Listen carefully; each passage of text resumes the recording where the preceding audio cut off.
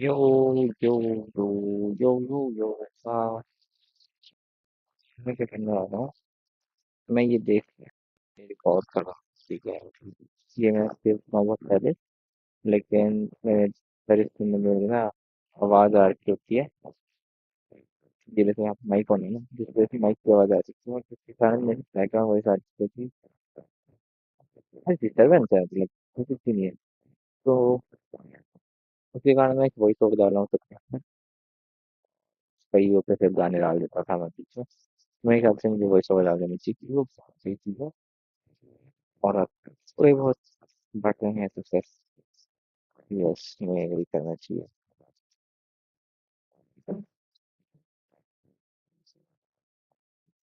ठीक है, मतलब इतने उसमें हैं, लेकिन तो कल से इतनी है तो मेरे ख्याल से थोड़ा सा बनना चाहिए इसको। बाकी ये जैसे गॉड ऑफ वॉर वन थी, ये एक पूरी प्लेलिस्ट चल रही है। कैसे प्लेलिस्ट कैसे होती है?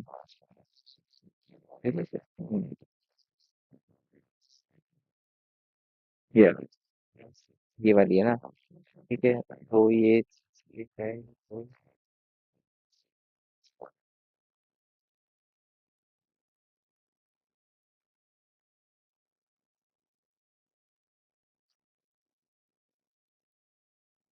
मुझे नहीं बात है कि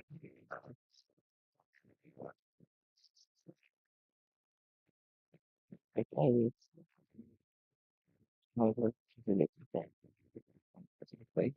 क्या है ये? हाँ, जो भी है, तुमने ऐसा सा है तो वही केस पे थोड़ा बता रहा है। ट्रैफिक वही गैस में तो फिर थोड़ा सा कम कर देता हूँ कि मैं वैसे पड़ी हुई पूरी सीरीज है, ये बना के मैं डाल देता हूँ क्योंकि करते हैं, यही करते हैं। मैं रिकॉर्ड कर ही रहा था, उसने सोचा तीन के साथ थोड़ी सी लगे पीसेस। देखिए तो मुझे भी मैं कैसे कर रहा था, और किसी को बताना कि मैं कैसे कर रहा था, तो ऐसे कर रहा था वही मैं तो। चलो देखते हैं। होप सो मेरे को कोई कॉपीराइट ना आ जाए यार इस पे। दस तो ऑडियो तो मेरे ख्याल से ये सुना ही देगा, और ये एको भी ना हो। ये मैं बीजीएम में ये बजा रहा था, ठीक है। मैं ये सुनना चाह रहा था, लेकिन तो सुनने काम की बजा लेता हूँ। और अपना वो, देखते हैं कैसे होता है। ये भी मैं करता हूँ, लेकिन बहुत कम कर देता हूँ ताकि ये ना दिक्कत नहीं करे। अब तो मैं कुछ चेंज नहीं कर पा रहा हूँ, पता नहीं क्यों होता है ये। I don't know, दिक्कत नहीं कर रहा हूँ। तो जरा सा सुनो, भाई क्रेजी तो रहा हूँ इस।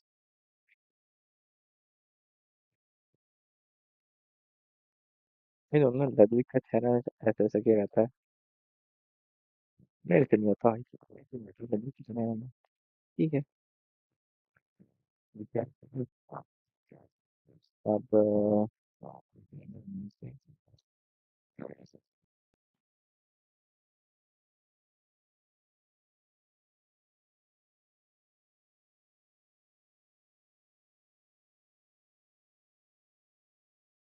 ठीक,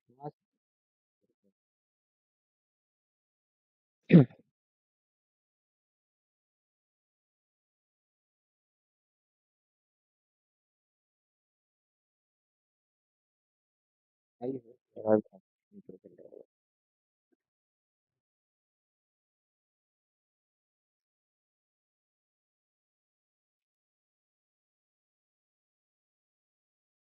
मेरे पास माइक नहीं है। ये स्क्रीनशॉट क्या है? ठीक है, crazy बंदा है। हाँ, मौजूद है। चलने वाला था बिना, तब से अब क्या ही मारे। क्या मुझे हमारे भाग सकता हूँ।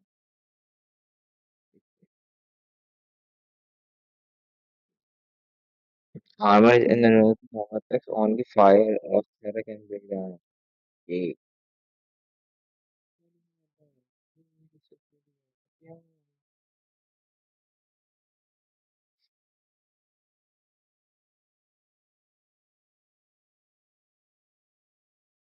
घूम गया भाई इसने।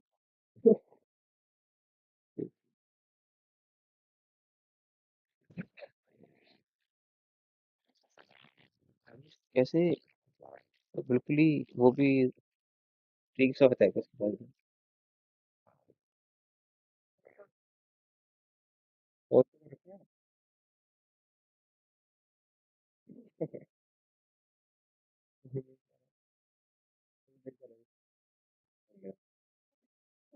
है?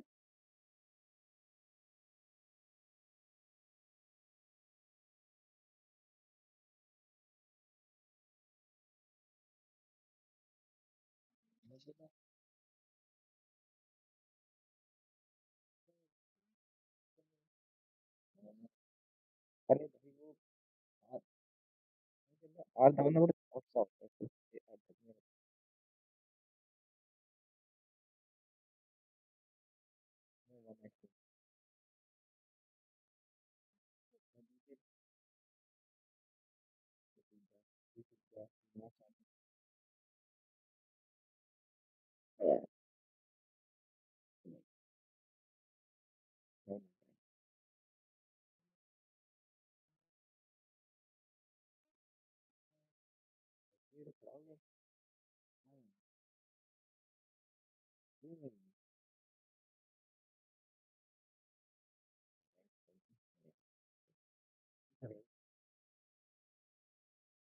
मैं कैसे देता हूँ।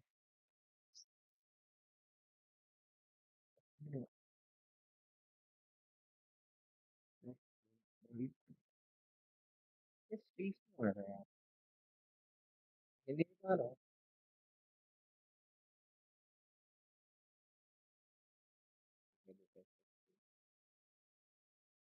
मैं जल्दी लगा हाँ मेरे को लगा कि चला गया।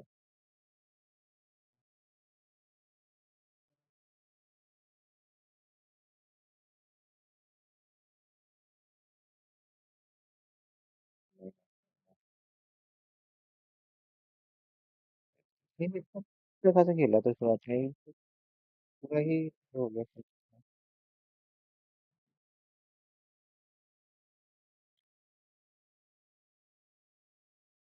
भाई फोन लिया कोई, अरे अरे अरे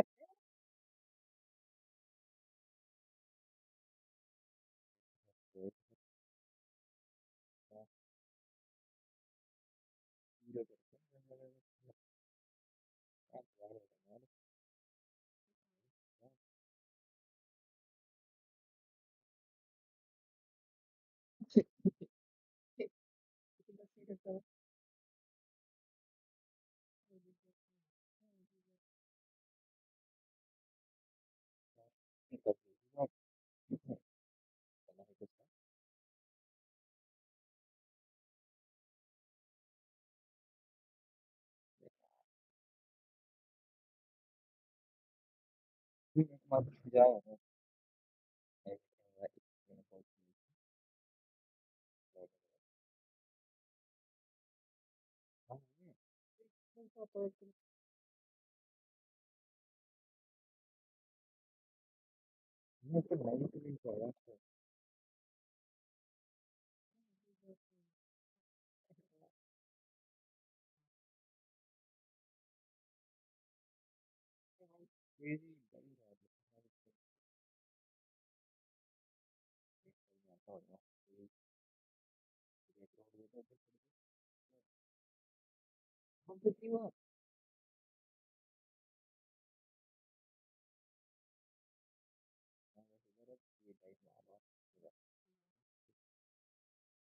बढ़िया तो प्राइम ये लड़का भी इसमें लगे। हाँ तो भाई रहा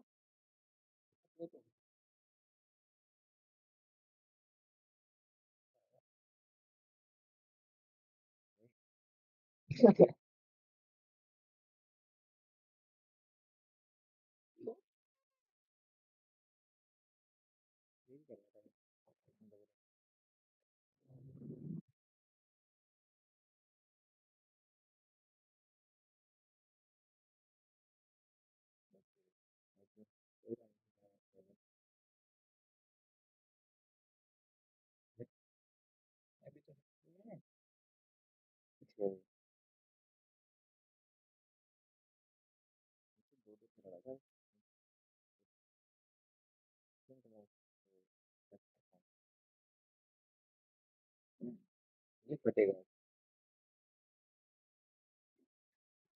एक तो मेरा फटना।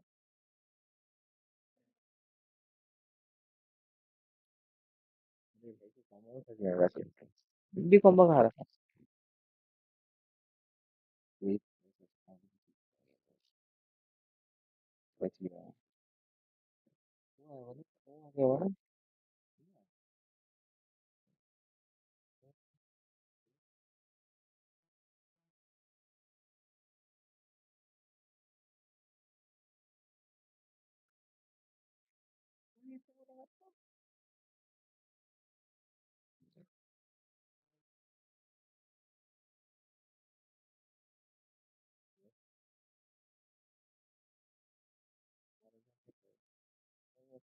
आ गया वो आ गया।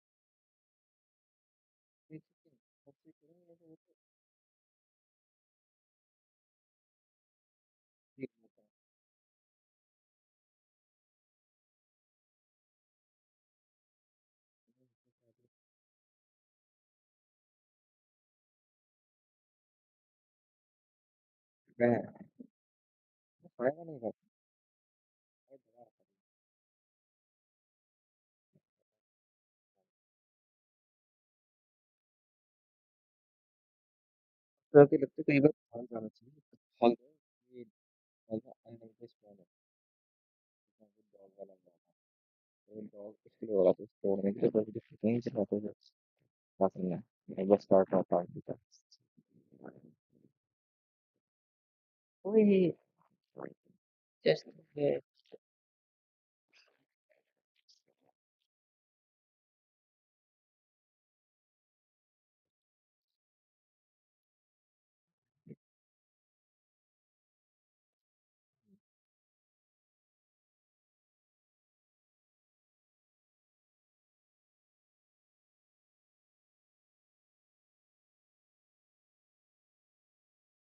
अरे भाई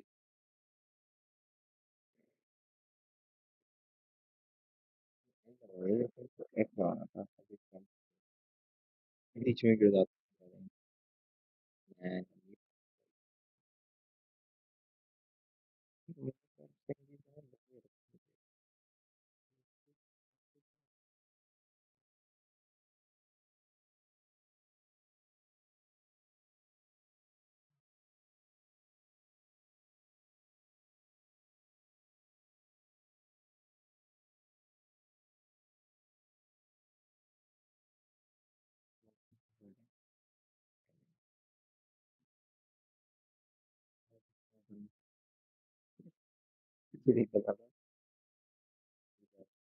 लाइक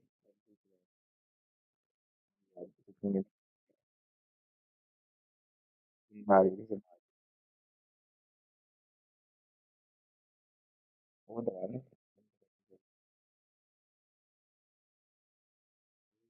वो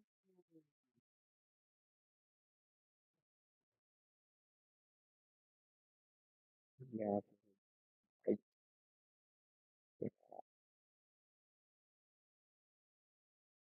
ये बंदा ही बहुत तेजी से बहुत चला रहा है। हम्म, क्या फोड़ा वहाँ पे चलाने की टेंशन नहीं होगा। हाँ, ऐसा ही। फोन तो फट गया।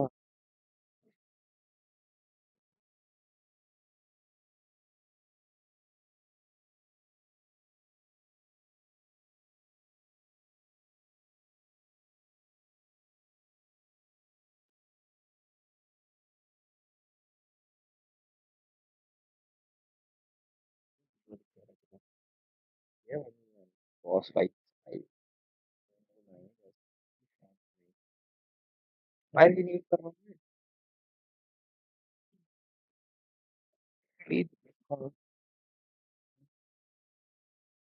ये नहीं था आधा मांगने को जाता। Let's go।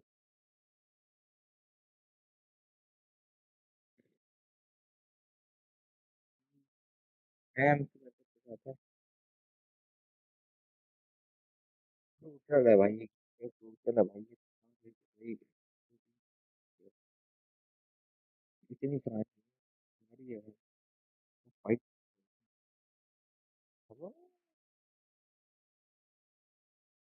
Let's go, same point आ गया भाई, सेम पॉइंट आ गया।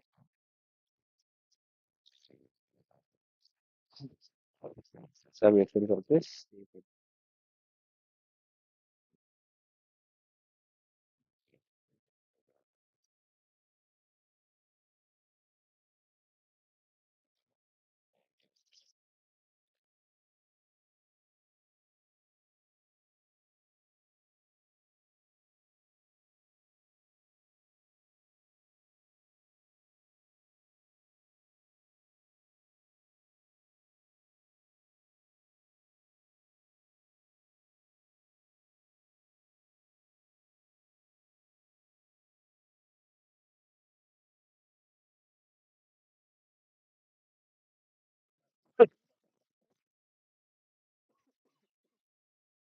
कह रहे तो।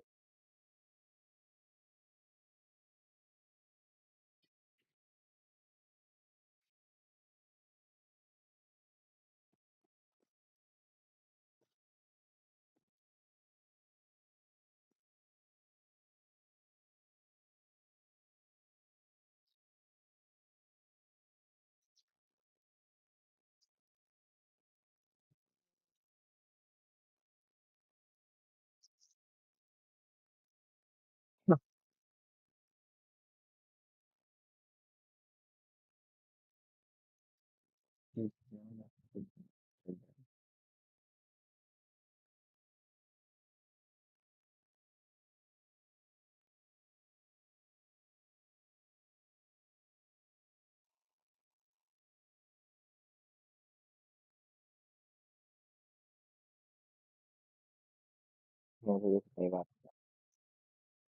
इस बारे में देखना चाह रहा हूँ कि क्या रहा है।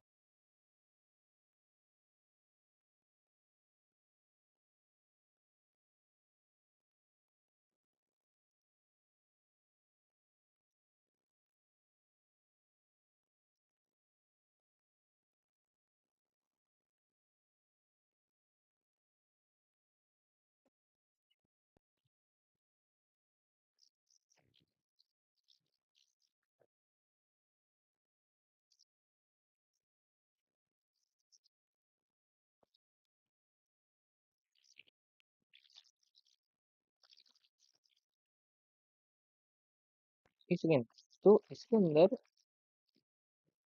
कितने की आ रही है। मेरा आंसर तो है इसका फाइनल डेस्टिनेशन दिन तक है ना। Okay.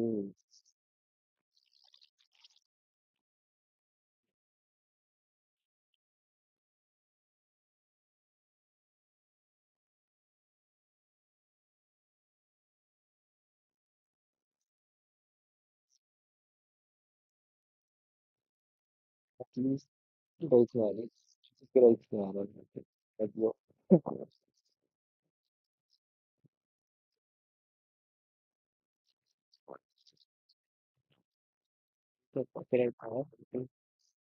Scusami.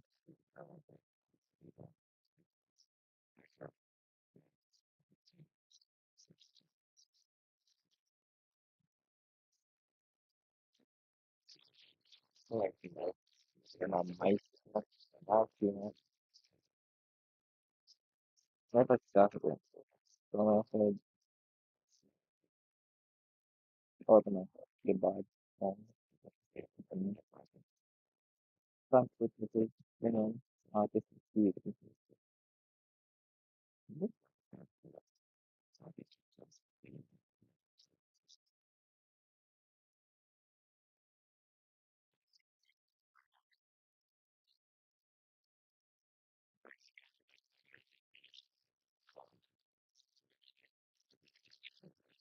Ich will gar nicht machen.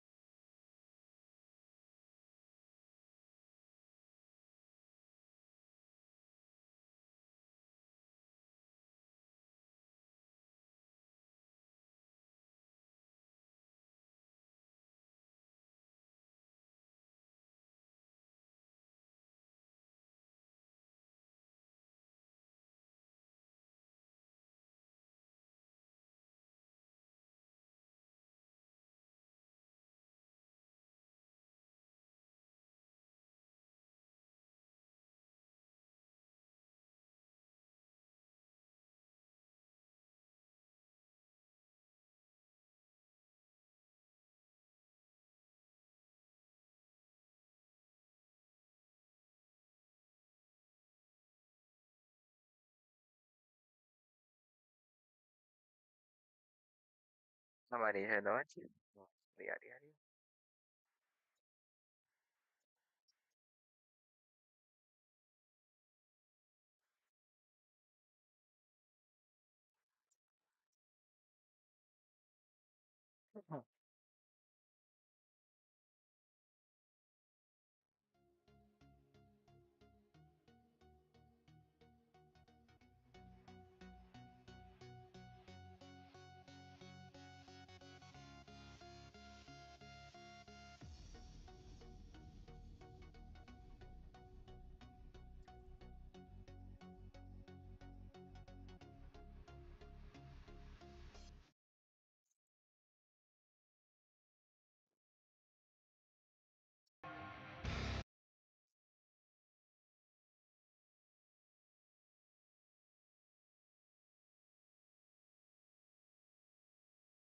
Itu legend sih apa sih?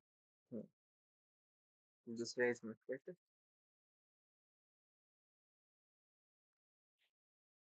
Collarbone. Ternyata.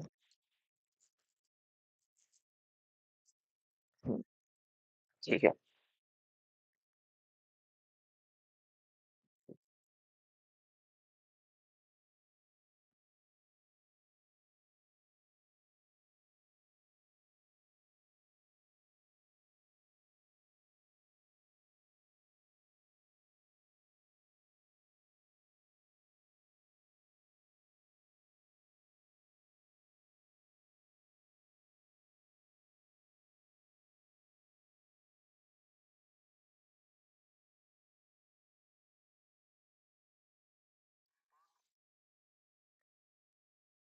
आवाज नहीं सुनती इसकी।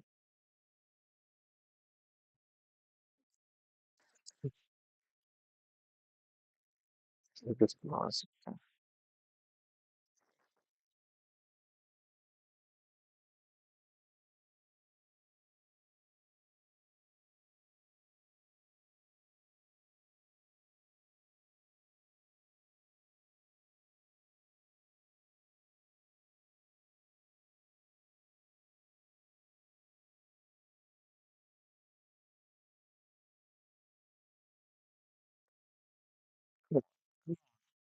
नहीं, इसमें ज्यादा भाई तो गया क्या तो गलत।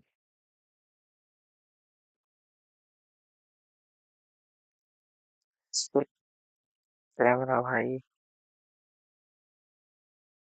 मुझे बाहर एक चल रही है, खराब दिखा रहा है इसे।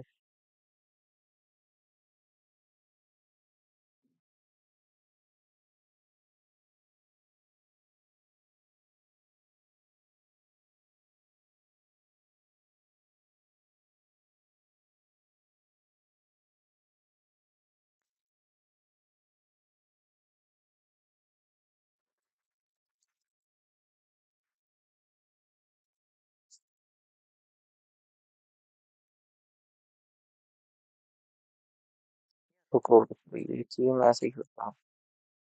मैं music.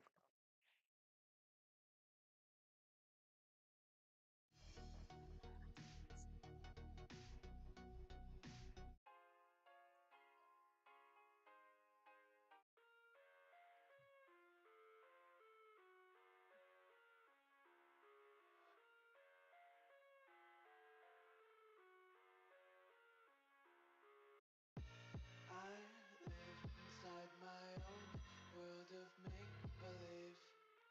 Kids screaming in the cradles, profanities. I see the world through ice covered in ink and bleach.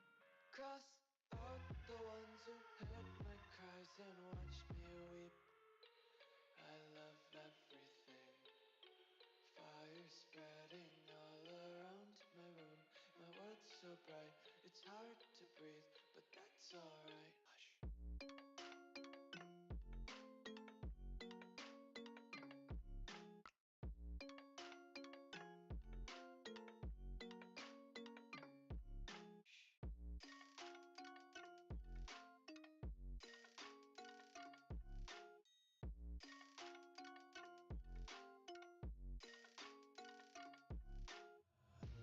Tape my eyes open to force reality.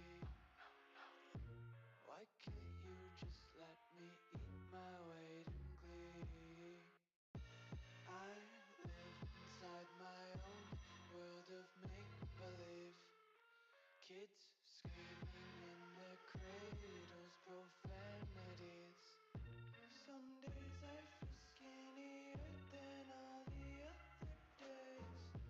Sometimes I can't tell if my body belongs to me. I love everything. Fire spreading all around my room. My world's so bright, it's hard to breathe, but that's alright.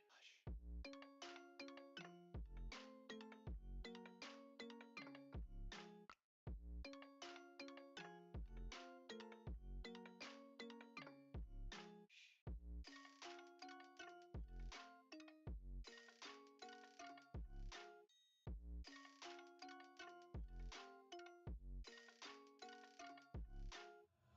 I wanna taste your content, hold हाँ, your breath and feel the tension. तो People's रखूंगा feel और ये ऐसा ठीक caution. रहेगा। Honesty is the one way एक gate to second, hell. ये मेरी लाइफ पे चल रहा होगा ना? Consumption. You Good. cater to waste stocks, and if you hear the children sing aloud, it's music till the wick burns out. कोई लग रहा है ना देखने में से मस्त सा। वैसे ही। Just wanna be carefree lately, yeah.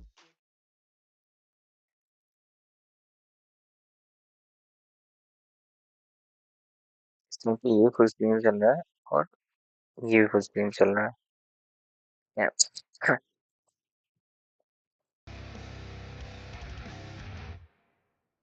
Every person has exactly two things in common. We all gotta eat and we're all gonna die. Today's guest is live streamer, YouTuber, podcaster, founder of Off Brand Productions, and author of the parody short story My Brother Slam is Dead. What?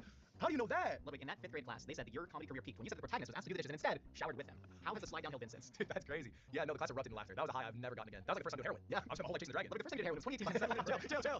No, welcome, man. Thank you for having me. I told you before the show, I've been wanting to come on the show for so long because I'll watch the show and I'm very judgy. Who have you judged the hardest on the show? There's some people that like they did too many restaurant foods. I'm like, where's mom's cooking? Like you're going down the street to like Spitz. Like what are we doing here? I think Spitz does good work. Yeah, no, man. So what was your strategy in picking your last meal? I tried to pick first off like courses, you know, like I try to get like a range, and then also like things that usually encapsulate time periods in my life. So like you know, cooking for my mom in high school or like dishes my girlfriend really likes, or things from France when I visit my family there, and so I try to get all those elements. You're like a perennial storyteller. The Cronkite School of Mass Communications did you well, man. I forget you do research. So. How do you think that studying journalism affected your ability to tell a story? I'll be honest, what helped way more was watching Dane Cook when I was like 12 years old and listening to the BK Lounge in middle school. Hell yes. But it definitely helped like, you know, formulate the structure of how a story goes and like a hook and all that stuff. So there's a lot I learned doing that, and I'm glad I had that like incubation period before going off into work world. How do you think about dying? Not often anymore. I was scared when I was like a kid. Yeah. When I was younger, so the first time I ever thought about it, I was playing Mario 64. I remember this. And I go to my mom and I said, "Mom, how many lives do we have?" Because I was like, I think I just game over. Yeah. And you know, you start 3 or whatever. And she's like, "Oh, honey, one." And I remember thinking at times like, damn, bummer.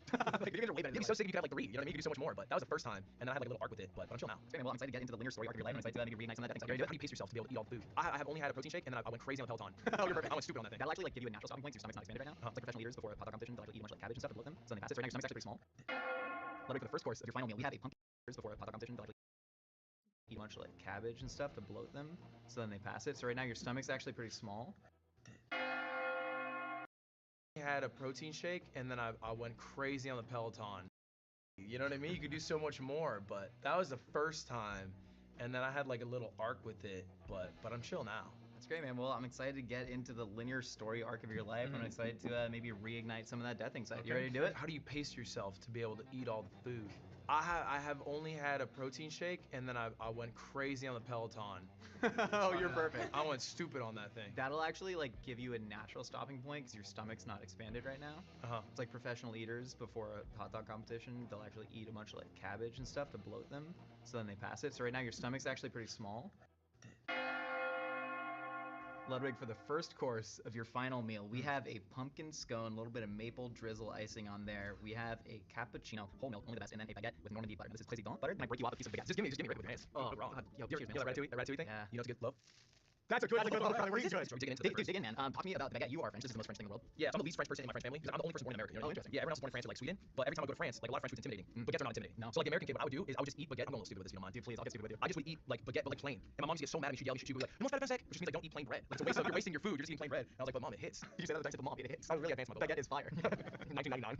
Oh, that's so good. I know something about French butter. What are they doing to cows over there? Yeah, actually, so the grass is actually denser, especially in Normandy. That's why a lot of the best butter comes from there. And there's actually a brand in America called Blue Gras, which in French, Blue Gras. More fat. So richer grass grain, more butter fat content, about 82%. There's only about 80 though. Damn, you're smart and shit. Right, I think you're really smart and shit too. No, I believe that. I think you do the thing where you do mirror and you're like, no, I'm actually done. Then inside the gears are turning really, really hard. I think I'm like if you were to pick Bowser in Mario Tennis, where some stats are like he's doing really well there, and other stats like my speed is really bad. Like I'm very min-max. I was a Donkey Kong Jr. in Mario Tennis. That's a guy. I'm not a video game guy. I know you said that you were the worst gamer in your friend group. I was also that generally. Yeah, Mario Tennis. I could beat the computer on hard with my feet. There's a real thing. DK Jr. How do you find that out? I got to good with my hands. Had no challenge. You're a different animal, Josh. I feel like you like beat things. You're like I need a bigger challenge now. Yeah. I'm not you about accepting new challenges. You said you just want to bake bread. That you understand that your content creation days are by definition numbers. Because of course I love to think about it. I just want to open a bakery. Dude, nice simple life, dude. I think people ask me a lot like what we do after content creation, and so it's a question I've thought about maybe more than like most people think like after their career. Maybe it's like, oh, you go to 65 and you retire. You're not being a YouTuber until 65 and retire. Nope, unless you're Redley. Yeah, no, I just always love bread, and I think like what's the most valuable thing you can do is like provide value to your community. And it's like if you can just create amazing bread for your community, it's like you're one of the biggest pillars of that space for your local community. It's like same with being an amazing barber. Those are like the people who hold it all together. So and this is the thing that I like, you know, I like on air. I like I feel like how much of that do you think is a desire for like real life social relationships as opposed to millions of digital parasocial relationships? Yeah, I think it's like I want to see the tangible positives that I can add to like a local community, you know, like the people specifically around me. Because I think sometimes I get wrapped up in like world problems, you know, global issues, which are important, but like you read about it all day and then it's like what can you do? It's like low key, not much, right? Like raise awareness, but you have everybody raising awareness on the topics that people are already aware of. And obviously there's like many people do great things on, like, on a global platform, but I think you see a lot more impact if you just help the people around you. And I think if everybody adopts that mentality too, it's like then the whole world is there for it. So it's like that's where you make most impact. That's where I should be making impact. You have a million people influencing 5 people around you as opposed to 5 people influencing a million people. Exactly. Yeah. Can I suck this out? Drop that down, dude. No, never asked anything. Also, cheers. Earlier he was like, has any guest finished every single bite of food? And I was trying to tell him like we should. Forgot that there's like 9 sticks of butter coming out. That'd be tough. You start with a full baguette. It's like yeah, we have 9 more courses. Still, dude. Take this going. Let's go. Oh my gosh. So okay, my girlfriend, like I say I have this dream to be a baker. She gets mad at me because my girlfriend Kitty's a phenomenal baker. Like absolutely can make anything I want. And the issue is she does like weekly bake longs, and I'm not trying to break 200 pounds again. So I can't eat what she makes. But when she makes pumpkin scones, I eat it every time. That's like the one. I'll she's like come downstairs and it's like Eileen Touch me pumpkin scone. I'm like, all right, you know, don't get these ones away. You called live stream like a great way to collectivize the human experience. You can get thousands, millions of people tuning into something like a world record speedrun attempt. Do you think that there is any digital substitute for proper real life interactions? That's the thing that like scares me in general.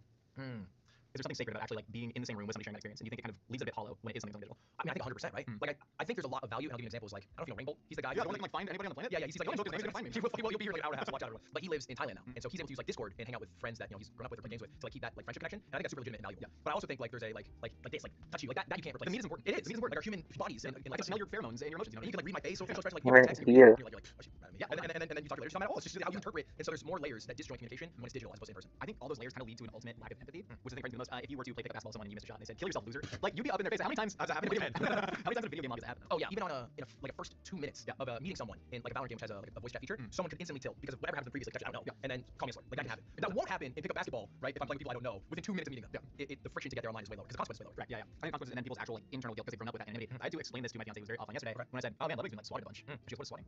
And I had to sort of explain this from scratch to a person who had no idea. So somebody will call in a fake bomb threat to somebody who's generally live streaming because then the police show up with their guns drawn, press it to their temple, and I don't know what. And then she goes, "Why? Why would anybody do? They know how damn." And it was really funny seeing it from a fresh perspective. Do you think we're just raising a generation of emotionless, empathy, less monsters? No, I don't. I like to believe that it's not like future generations are screwed and we have way less empathy. I mean, there's obviously more power in the internet and the ability to like find information, but I think this is like something that you learn and you grow and it changes, throughout time. Like I don't think the people who are calling in SWATs are 35-year-olds with a family. Yeah. Right? You know what? I have a lot of hope in the future generation. Yeah. I think they're a good group. Talk to me about watching sunsets with a 55-year-old Taiwanese stranger.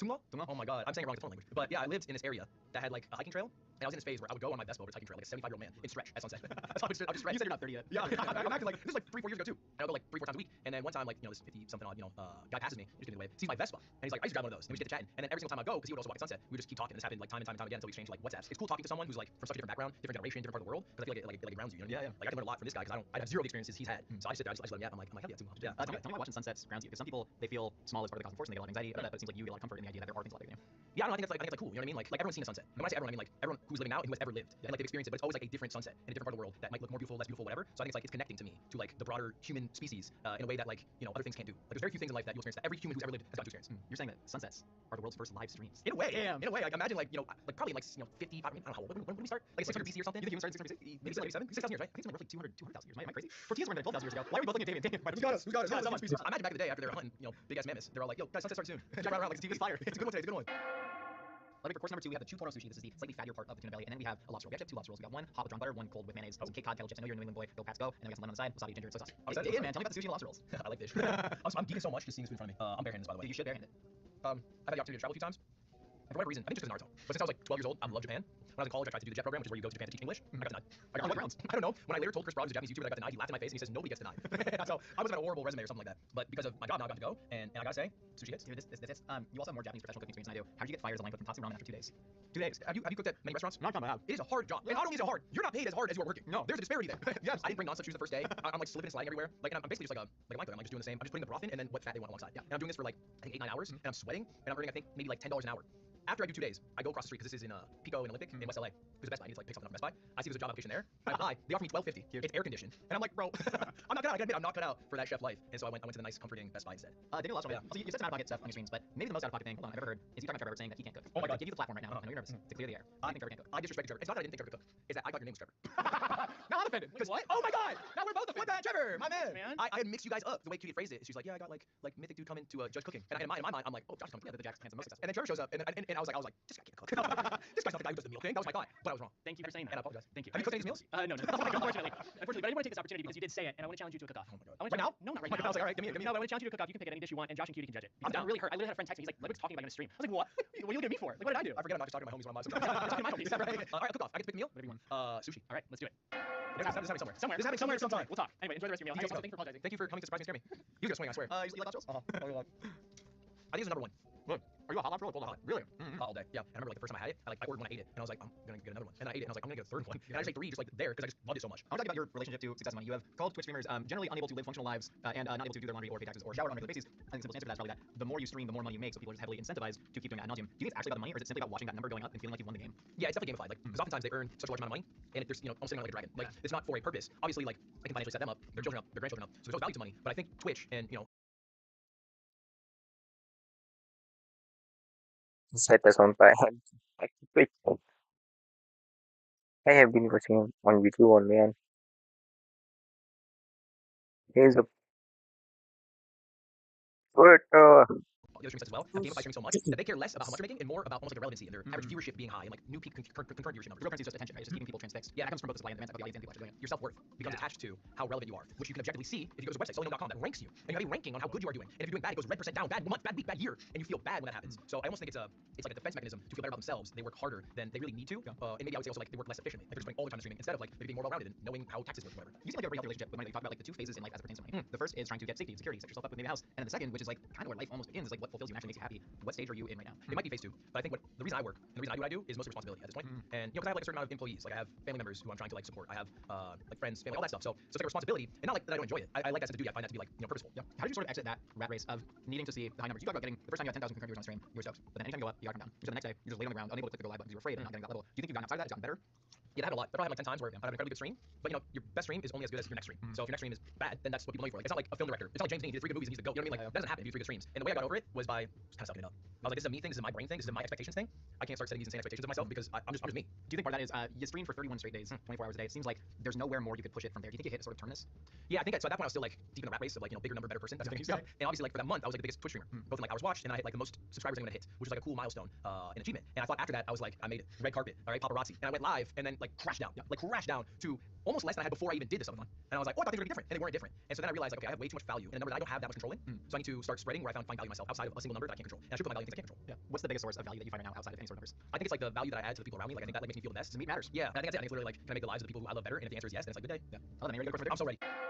Let me for course number 3. We got a tale of 2 moms here. We have your mother's goulash with rice, and then we have Cutie, your girlfriend's mom's chicken balls. Now you sent us the recipe for the chicken balls, and then you had to send, I believe, 3 different addendums to explain the recipe. Yeah. But I hope you have faithfully recreated these. I'm sure it'll be delicious. Dude, jump into the goulash, man. I'm curious. Your mom's French. She's cooking a Hungarian dish. What's the deal? I think like a lot of my mom's cooking comes from her mother, and so my grandparents are Spanish, so a lot of it's from there. I don't know how the hell they got goulash. I won't lie to you, but like the big dishes were like it was like goulash, paella. That's the fish rice thing, right? Yeah, I look at you and I thought you were weak for some reason. What? How That goes crazy. Traditional paella Valenciana actually only has chicken and snails in it. What? No, right. The one everyone eats is the yellow rice with fish, right? Yeah, right. Yellow chocolate, black, real Valencians. Tell me about your relationship with your mom, because I know it's still hot. I feel my tongue. I'm a fool. Her first major injury on last meals. You said you said that you were going to go to University of New Hampshire so you can stay close to your mom after your dad passed away. But then your stepdad Peter came into your life, and you said that you felt comfortable that your mom was really alone and moved to ASU. You seem like you have a deep amount of care for people. Did a lot of that come from how much your mom cared about you? I mean, yeah, 100%. But like, also it's just me and her, you know. So like, my dad passed away when I was 10, and then my sister went to college. She's 4 years older than me. So like, all high school was just me and my mom, you know. That was like 8 years, about 8 years, where she didn't date anyone, she didn't see anyone. I felt like maybe a responsibility. I was like, man, if I just left her, she'd be all alone in a quiet house that's supposed to be for 4 people, and now it's just one. Like, that's sad. And then she met this dude Peter, and they were sneaking around like I was an idiot. I would hear like 5 a.m. people out of the house, and then she'd be like blushing. I was like, who's over? And he's a very cool guy. And that's when I realized I was like, okay, she's her own person. She's got her own life going on. Like, I don't need to do this. I don't think she want me to do this. So I can eventually go beyond. And I also didn't get to UNH. So that made it easy. You didn't get I didn't get to UNH. You don't get Harvard or Letters. What do you went to ASU, Harvard Southwest? Tell me about QT's mom's chicken balls. So she's a godly cook. This is like the one dish that she makes. It's like you don't keep track of how much you eat.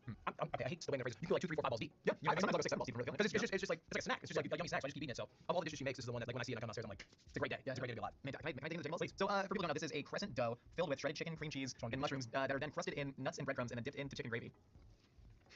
Oh my god, It's good. that's It's juicy. like a combined taco chicken with a pecan and nut ball. Dude, the Costco guys got a hold of this. Oh my god, you hear the boom. That's when you sent me the recipe for the chicken balls. You said that Cutie's mom, who passed away, was a notoriously incredible cook and a notoriously terrible recipe writer. I think those little quirks are what you really remember about people in the past rather than the big gestures. You said that when somebody passes away, it's kind of a war to keep them in your memories for as long as possible. You're eventually going to lose due to time. Do you remember any of those funny little quirks about your dad? Yeah, man, that was like a deep fear of mine that became like realized. Because like little things, like I was telling my dad died. So it's like, what does his voice sound like?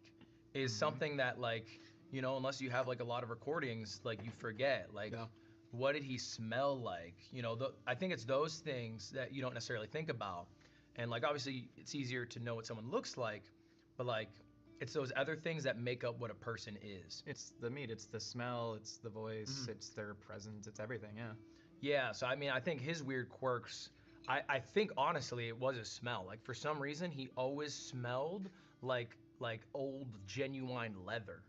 And occasionally like I'll catch a whiff and it'll smell exactly like him and I'll get so emotional. Yeah. It happens like once every like 3 years. It'll just be a random, like, cause I'm not seeking it out. Yeah. It's just like something in my life I hit and I'm like, that's my dad right there. Yeah. Which is always a cool thing. I like when it happens. Yeah. So my dad passed when I was 19, and I get emotional. This is so dumb.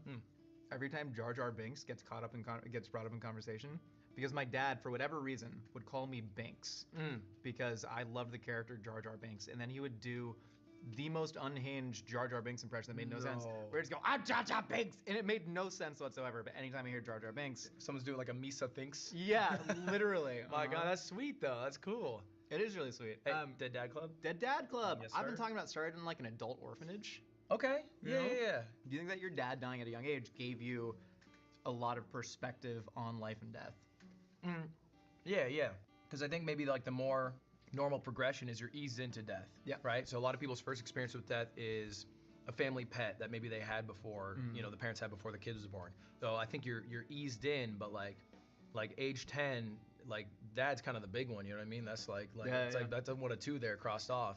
So I think it made it very real, and like you're 10, bro. Like I don't think you know how to deal with that. Yeah. So what I did is I just watched cartoons for a week straight and then just like cried a bunch. And I love cartoons now. So that's a positive that came from it. But I think what it also did is like made me grapple with death earlier than you might. And so like I had to like, cause I struggled. It wasn't at the start. I was like, okay, yeah, people die, cool. Sure. But like at the start, I was scared of it too. Then you know what I mean? I was like, I don't want that to happen to me or like anyone else I know. And so I had to go through that, and then like come out where I am now, which is like, yeah, I'm more okay with that happening. Yeah. Did it sort of make you think that at any point in time something bad can happen, so you have to live it up right now? Did it make you more scared of taking certain risks? I think I left with the perspective that everything will always work out because it has to. Because like no matter what happens, good or bad, the world will keep spinning, and like you kind of just have to make the best of the situation you're in at all times. So like if I got fired from a job, everything will work out. Like I'll have to find a new job. Like and it just will have to work because there's no other option.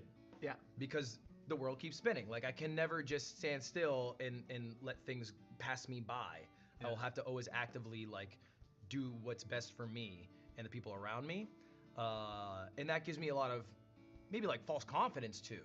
Cause like, well, if everything's gonna work out, then I can do everything like it's going to work out confidently.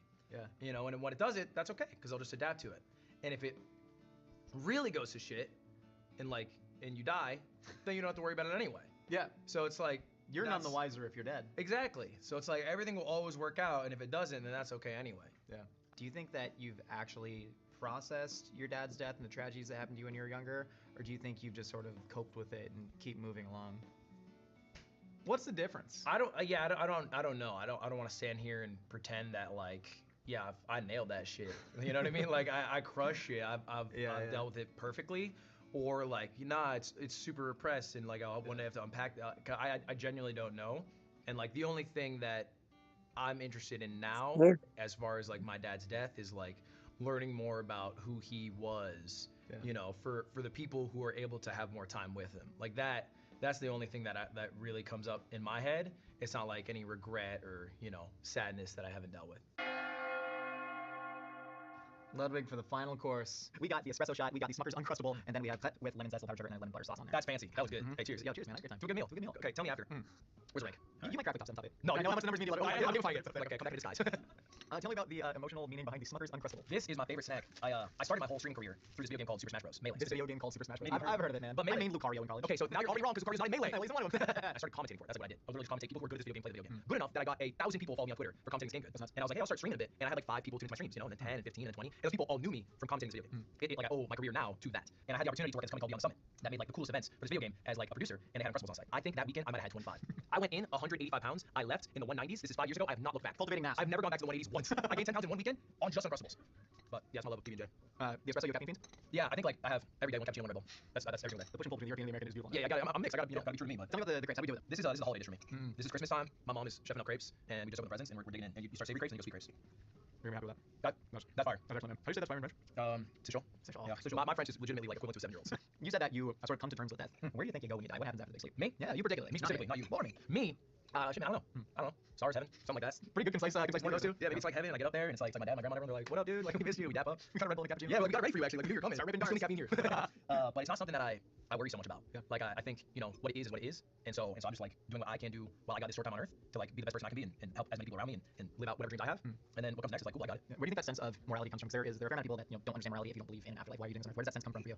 Well, I think my mom is super generous. She's the most generous person I know. Like with her time, with her money, with her behavior, attitude, or whatever. So like I think it's an effort to be like her in that sense. But then also it's like even if you believe in nothing, right? You're the biggest atheist in the world. Like it is selfishly good of you to be as nice to people around you as possible. Because if everybody operates in that fashion, then everybody will be equally nice back to you. Like the Aristotle golden rule. Yeah. So like even if you believe in nothing, there's no like scripture that dictates your morality. Like having good morals and people not murdering people. Right? Why should you not murder people? You don't get murdered. Sure. What's one thing that you still want to accomplish before you die? I want to have kids. Yeah, that's a big one probably. What's your main motivator for having kids? I think it'd be dope. Same. Like actually kind of. Yeah, I just think it'd be cool. Like I think I could do it good. Yeah, like I think I could be a good dad. That's what I was And I think it'd just be cool to like be able to share like what I know and try to like guide somebody in a way. And at the end of the day, like they are the human they are. Mm. But like hopefully I can set them up to like be cooler and better than me. It's super similar to the way that I've always thought about it. I've recently had these like pangs of guilt. Like, am I only having kids out of the narcissistic want to prove that I can do better than the generation before me? I can create a kid better than I am. Do you ever feel that? Who cares? Who cares, man? I think you could. And like I think you could. I think if you're not doing that, right? If you're not basically using the child as a vehicle to achieve dreams that you didn't get to achieve, then I think you're fine, right? Like I think you would be a good parent, and I think you've had a lot of experiences that you've been gifted by probably like parental figures, parents in your life that you can use to help somebody else. And like I don't think it's like on some selfish shit. Yeah. And even if it is, who cares? Like I think it's still a valuable thing for that human. Yeah. Potential human. You want kids at the same time, coach a basketball team? Dude. Let's do it, And man. we have to go to state. We don't love that. We don't love that. Damn straight. Also, our kids are gonna be starting point guard junior on that team. No other kids are gonna get to shoot. Dude, my kids would be bad. Dude, my kids would be so scared. Don't like that. Are you getting lightning round? I am. There's lightning round. There's lightning round there. Who's the one person in their life you want to share your actual last meal with? It'd be my mom. Yeah, 100%. What song do you want to be played at your funeral? Just the two of us. That was a bang. You got real sexy in there. Do you think you could beat your stepdad in a street fight despite the fact that he's a black belt in Kenpo karate? Peter got a surgery recently, so right now if I get that leg, like I think I have a good I got a good, but I don't think I could hit Peter, so I probably lose. Who's your dream eulogizer at your funeral? Ooh, who reads the Ugoogly? Ben Stiller, Hell yeah. but in the Zoolander voice. Which ice climber is sexier? They're not children, are Popo. they? They They're are. not- They are They children. Are definitely you serious? Yeah, They're yeah. children? They're famously actually. Really? No, see, famously. They're famously Inuit children. they're indigenous. too. Yes. I respect all cultures. So you said which one's sexier? Well, I'd say which one, who would you rather, Pikachu or Mewtwo? Damn it, no, we can't, someone Mewtwo, give me Mewtwo, better- 100%, yeah. Mewtwo. Yeah, He's easy. built like a dump truck, man. Yeah. What's the hardest goodbye you've ever had to say? I don't think I've had like crazy emotional goodbyes. Probably my dog actually. My dog, because that's one that right? Like that. There's a certain time where. So yes, my dog Sophie. What's your greatest regret in life? I don't have many because ultimately I'm very happy with the place I'm in. Sure. So it's like even the shitty things that I've done, which like I'm not proud of, have brought me here. And like butterfly effect, if I change that, so I don't like want to change it, but there's some things that I'm not proud of. Like one time we were playing tag in 3rd grade and I was it before we got in line. In line is the safe zone, and I pretended I ate a rock and I started crying because I didn't want to be it. You're a real piece of trash, man. I know. You're a real piece of trash. I know. gotta- Gavin should not have been it, but like I kind of low-key guilted him into being it because I was like, I ate a rock. You shouldn't be allowed to tag me. Like that was messed up. Gavin watches the show. My bad, too, Gavin. man. No, we know Gavin's here. Is there a single video game that I could beat you in? NHL hit. NHL hits. 100%. 2003. NHL hits. Yeah, you got me there. Light you it got up, me. man. Finally, are you happy? Yeah. Are you happy? Seem happy. It's complicated. It's changing. It's changing. Is it changing within a day or a week? Constantly. It's changing within the hour. But if we're talking like existential happiness, I have plans to be happy. Okay, you that's know? good. Ludwig, if you want to deliver your last words to that camera right there. I'd be like, subscribe to Mythic Kitchen. What if you said the name of the channel correctly though? Subscribe to the Mythical Kitchen channel on YouTube. I'd be like, subscribe to Mythic Kitchen. What if you said the name of the channel correctly though? Subscribe to the Mythical Kitchen channel on YouTube. That's pretty good. I like the hands. Ludwig, truly, man, thank you so much. Thank you for having me. Correctly though. Okay, that's good. Ludwig, if you want to deliver your last words to that camera right there. I'd be like, subscribe. Ludwig, truly, man, thank you so much. Thank you for having me. I'm so excited. I ate wonderfully. Thank you to everyone who cooked. I really appreciate it. And thank you for watching at home if you did. Can't wait to watch the cook-off against Trevor. Oh man, I'm gonna lose. I'm gonna dust your ass in NHL Hits 2003. Someone break out the PS2. While I'm doing the cook-off, you pull up with a PSP, PlayStation. Ludwig, please tell the people where they can find you. I'm out on the internet. If you want to seek it out, I'm sure you could find it, but there's no pressure to. I hope you just live a good life. Buy his bidets. If you want a bidet too, you can do that. Yeah, buy any bidet. Changed my life. Bidets? Legitimately. They're like actually just I think a necessity. It's like can't people go back. being like, why would you use a toothbrush? Just use your finger with toothpaste. It's like Yeah. once you try this toothbrush thing, it's gonna blow your mind. I Same would thing with bidets. much rather give up my toothbrush. I would go back to fingering the Yes. teeth if it meant that I could keep watering the hole. He's so good guy, man. He don't just say like, oh, buy my beer, but he like, it's a good thing to have beers.